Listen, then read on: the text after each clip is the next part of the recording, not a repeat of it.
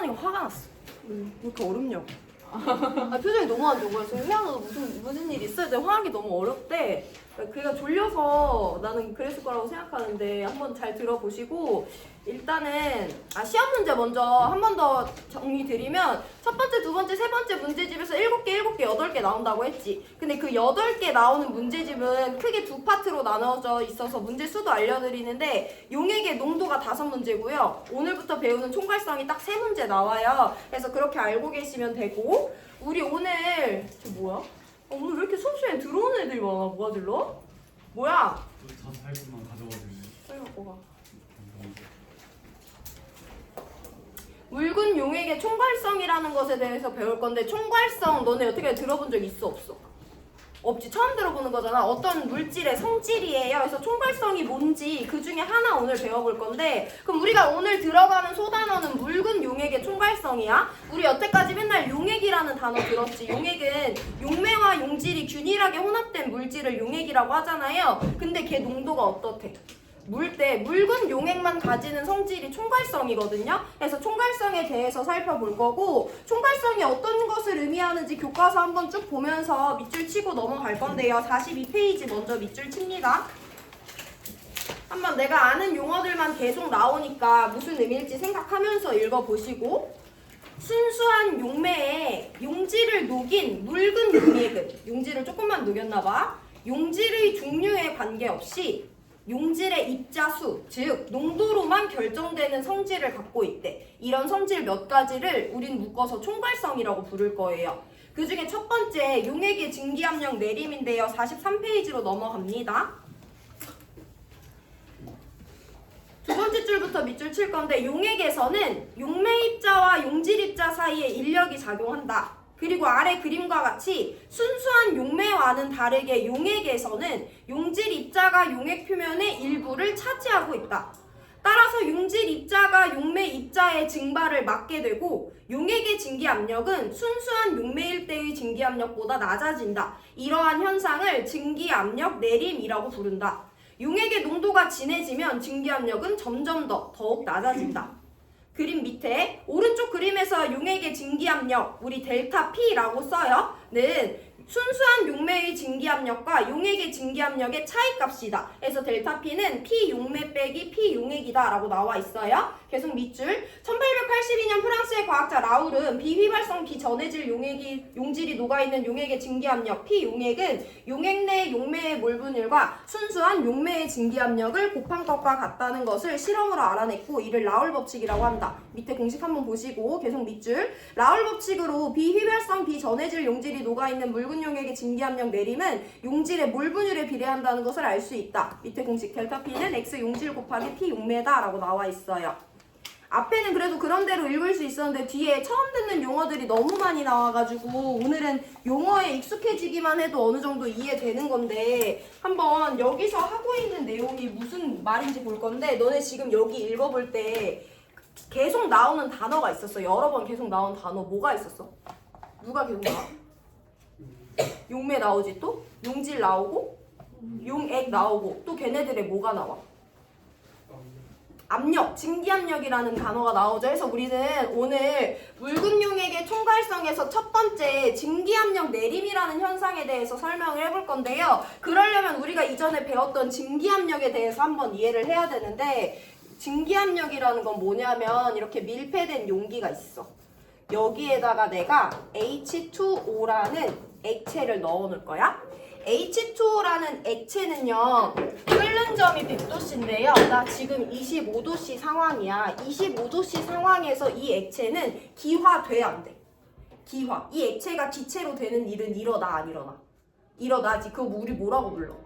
증발이라고 부르죠. 그래서 기화가 되는 현상은 증발과 끓음 두 가지 있는데요. 증발이라는 현상은 액체가 있으면 항상 일어나는 거야.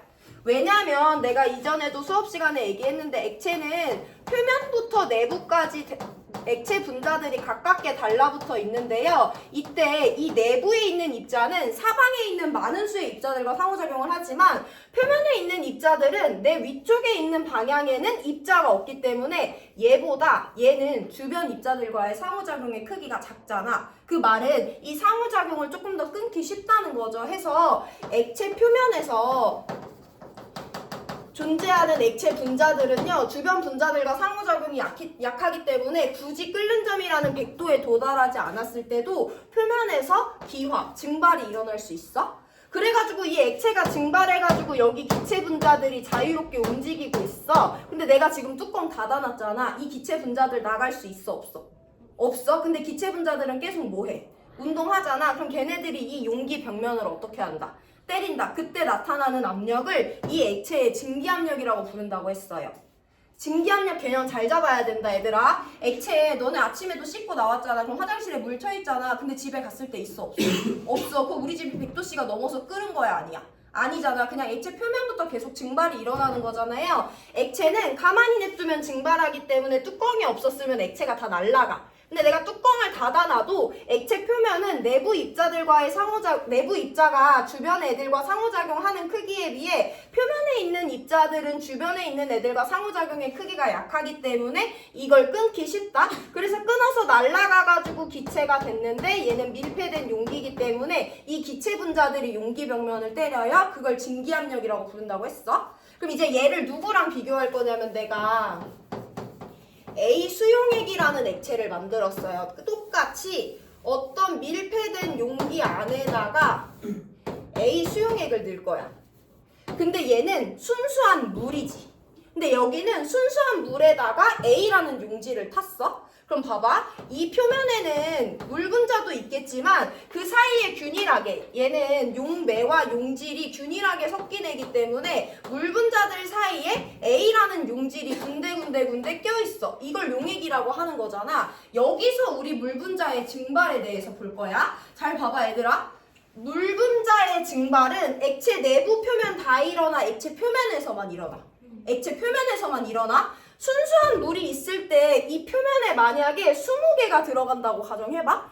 A 수용액이 됐어. 여기 전체가 다 물이야? 아니면 A도 섞여 있어?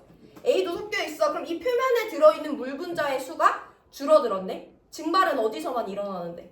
표면에서만 일어나는데 순수한 물이 용액이 되는 순간 A라는 용질이 들어오는 순간 물이라는 분자가 표면을 차지하는 게 줄어들어요. 그럼 증발이 더 잘 일어나겠어? 적게 일어나겠어?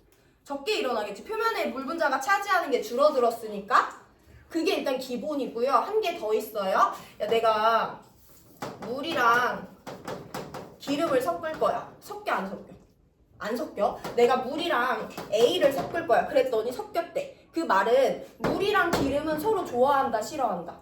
싫어해. 그들 사이엔 상호작용이 있지 않아요? 근데 물에 A가 섞였다는 것은 얘네들은 상호작용을 한대, 안 한대? 한대. 그럼 여기서 우리가 자연스럽게 누구를 받아들여야 되냐면 내가 이렇게 생긴 A를 여기 물에다가 넣었어. 물은 혼자 있을 때 물끼리 분자 상호작용을 하고요. A만 있을 때 A끼리 상호작용을 해. 근데 내가 얘를 여기다 넣었을 때 얘네들이 균일하게 섞여서 A 수용액이 됐다는 것은 이 A라는 노란 입자가 여기 군데군데 껴들어 가야지 A 수용액이 만들어질 수 있는 거지. 그러면 그 안에는 물 분자끼리 상호작용도 존재하지만 물과 A끼리의 상호작용도 존재해요. 그러니까 결과적으로 무슨 말이냐면 물이랑 A가 서로 섞여서 용액이 될 수 있다는 건 물이 자기네들끼리 있을 때, A가 자기네들끼리 있을 때보다 물과 A 사이의 상호작용이 더 좋다는 거야. 그럴 때 균일하게 섞여요. 그걸 내가 뭐라고 정량적으로 표현하냐? 물 분자 사이의 상호작용과 A 분자 사이의 상호작용보다 물과 A 분자 사이의 상호작용이 더 세다라고 표현할 수 있는 거지. 어쨌든 중요한 건 물이 A랑 섞여서 A 수용액이 됐다는 건 물 분자는 자기네들끼리 상호작용하는 것보다 자기가 A랑 상호작용하는 걸 더 좋아한다는 거야? 그럼 여기 있는 물 분자 봐봐. 이 물 분자는 물이랑도 상호작용하지만 누구랑도 상호작용해? A랑도 상호작용해. 여기 있는 물 분자는 주변에 A랑만 상호작용해. 물끼리 상호작용이랑 물과 A끼리의 상호작용 중에 누가 더 크다고 했어? 물과 A끼리의 상호작용이 더 크다 했지. 그럼 물분자가 여기서 물분자 사이의 상호작용을 끊고 증발하는 거랑 물분자가 여기서 물과 A의 상호작용을 다 끊고 증발하는 것 중에 어디가 더 힘들어?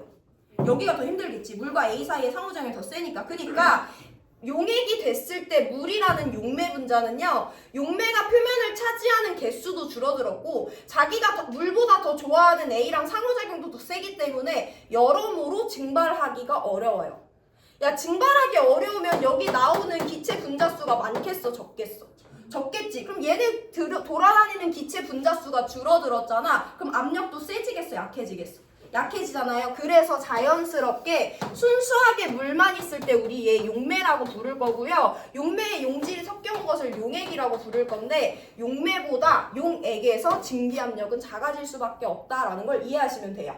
근데 이게 이해가 안 되면 그냥 받아들이셔도 돼요. 그 이유를 물어보는 문제는 없습니다. 두 가지 이유가 있어요. 어쨌든 증기압력은 그 안에 있는 액체 분자의 증발이 얼마나 잘 일어나냐에 따라 달라지는 건데 순수한 용매일 때보다 용액일 때 용매가 표면에서 차지하는 개수도 줄어들었고 용매끼리의 상호작용보다 용매와 용질 사이의 상호작용이 더 세기 때문에 이걸 끊고 올라가는 게 더 어려워졌어요. 두 가지 이유에 따라서 용매의 증발이 더 어려워져서 기체 분자의 개수가 줄어들고 그래서 증기압력이 낮아집니다. 우리 이런 현상을 교과서에서 용어 도입이 돼 있듯이 증기압력 내림 현상이다 라고 부르는 거야. 이 용어 자체가 중요합니다. 자, 그럼 이게 정성적인 설명이고 이게 이해가 됐으면 이제 공식 도입이 되는 건데 그럼 결국엔 얘들아 증기압력이 얼마나 낮아지냐는 건 어떻게 결정되냐면 A를 10g 넣고 B를 20g 넣었을 때 비교하는 게 아니라 결국엔 이 표면에서 물에 비해 A라는 입자가 얼마나 많이 점점 차지하게 되냐에 따라 증기압력이 달라지겠지. 표면에서 A가 3개만 차지하고 있어? 근데 내가 A를 더 넣어줘서 표면에서 A가 5개를 차지하고 있어. 3개 있을 때랑 5개 있을 때 중에 A가 3개 있고 5개 있을 때 언제 물의 증발이 더 잘 일어나?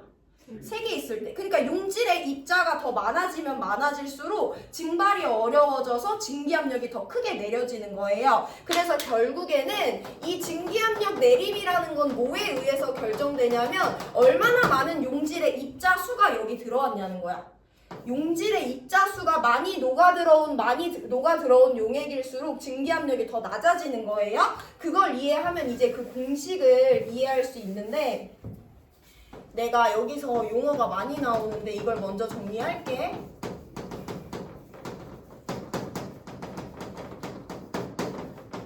여기는 크게 이렇게 5가지 값을 자유자재로 다룰 수 있어야 되는데 용매의 증기압력, 용액의 증기압력, 용매의 몰분율, 용질의 몰분율, 증기압력 내림값이에요.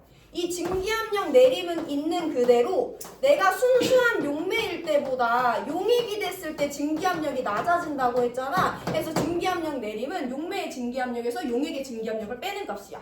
그럼 이 증기압력 내림 값은 결국엔 누구에 의해서 달라지냐면 용질이 많은 양 들어오면 들어올수록 증기압력이 많이 낮아진다고 했잖아. 그래서 얘는 결국엔 용질이 얼마나 많이 비율을 차지하냐 용질의 몰분율에 의해서 결정되는데 기본값은 용매의 증기압력이에요. 그래서 용매의 증기압력에다가 X 용질의 몰분율을 곱한 것이 증기압력 내림이고 아니면 그냥 용액의 증기압력을 바로 구할 수도 있는데 용액의 증기압력은 그 말은 결국에는 이 표면에서 물 분자가 얼마나 많은 비율을 차지하냐에 따라서 그 값이 그대로 스테이 될 수 있잖아. 해서 얘는 반대로 용매의 몰분율에 용매의 증기압력을 곱해준 값이 용액의 증기압력입니다.